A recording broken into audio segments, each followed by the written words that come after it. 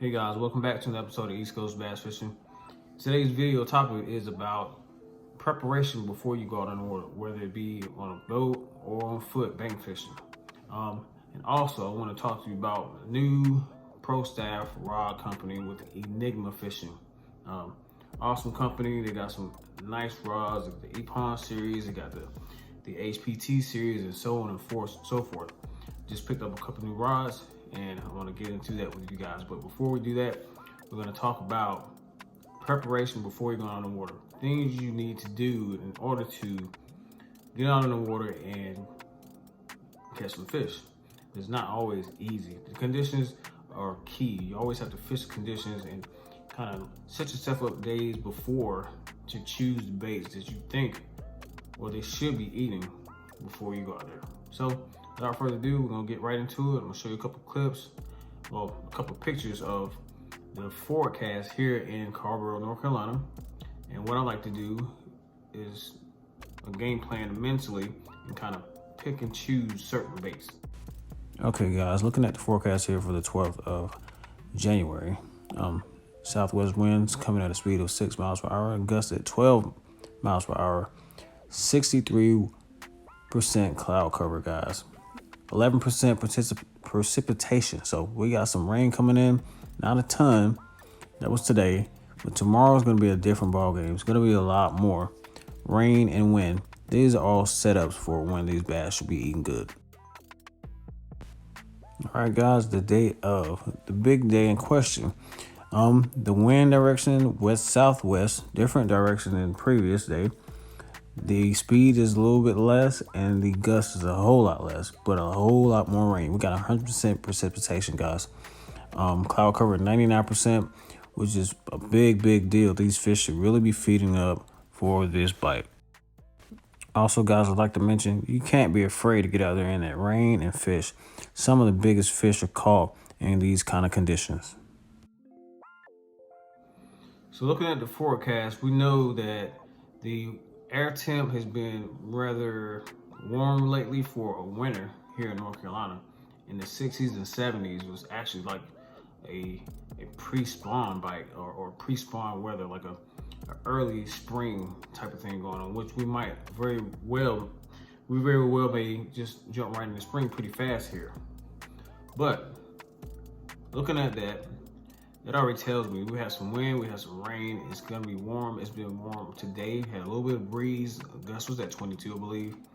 And tomorrow we're gonna have some rain. It's 100% based off what I saw. Could be wrong. It might switch up overnight, but we're gonna get some rain, and the fish should be eating pretty good. That rain that we had yesterday and the rain that we're gonna get tomorrow, the water level is gonna rise up, and that's when you want to pick, in my opinion, moving baits. The water here tends to stay kind of stained, so that being said, you're going to go with some moving baits, something that's going to give off some vibration, something that's going to have some flash or brighter colors. So me personally, I like to stick within the middle of the water column, not too low, maybe a little bit higher, just depending on the bass. Definitely they should be looking up to feed. So my number one choice, me personally, is going to be a chatterbait. This is Z-Man's Project Z chatterbait with a little dipper Reaction Innovations trailer on the back, all white with that stained water. They'll definitely eat that. If you go back and check here, I'm posting, put a little tag up here in the corner so you guys can check out the actual video from when that same thing happened, when I caught my personal best again for the second time within a couple of weeks using this Z-Man's Project Z chatterbait. I had to change up the trailer because I lost it. It just got ripped up pretty bad from catching so many fish. But white colors and stained muddy water stand out with their vibration. They can hone on it and catch big fish. Second choice, well, not second choice, but another option is gonna be a Mega Bass jerkbait. This is the 110+1. Doesn't necessarily have to be that deep. I don't think they're gonna be that deep, depending on what you're fishing. But this color here, this is the Tennessee shad. It's gonna give off some flash there. You got your little purple on the back, kind of rainbow colors on the side, and almost like a white belly almost. If they're actually feeding on that that would be a major big thing for them to eat. So other than that, we're gonna go with maybe a lipless or a rattle trap.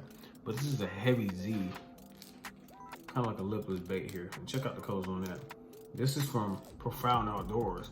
I think this is in a 1/2 ounce. Nice colors, and then listen to that rattle. This is perfect with the colors there, and then the weight distribution and the rattles in it. They definitely will hone in on it, and they can feel the vibration in the lateral lines. So guys, just a little quick tip of how I like to look at the weather and just pick and choose when to go fishing, when I have time. And when it's time to get out there, hopefully these strategies and techniques work. I hope this helps you guys out. So make sure you pay attention to your weather days and days, maybe even weeks before it's time to go out. But the last couple days before you go out are major, even up until the day of. So as far as my Prostaff, the rods, joined with them, Enigma Fishing, HPT rods that I just picked up. They have another wide variety of different rods, which I will be picking up. So from now on, 90% of the time until I just clear out my whole rod section and go 100% with the Enigma HPT series, which is probably what I'm gonna go with. That's what I'm gonna use. And this is a actual 7'3", medium heavy, fast action. I got a heavy Z on there as well in the white color. This is gonna be my starter. What I'm gonna start out with tomorrow as far as fishing. I'm hoping that it works. If not, then I'm gonna back it up with that chatterbait.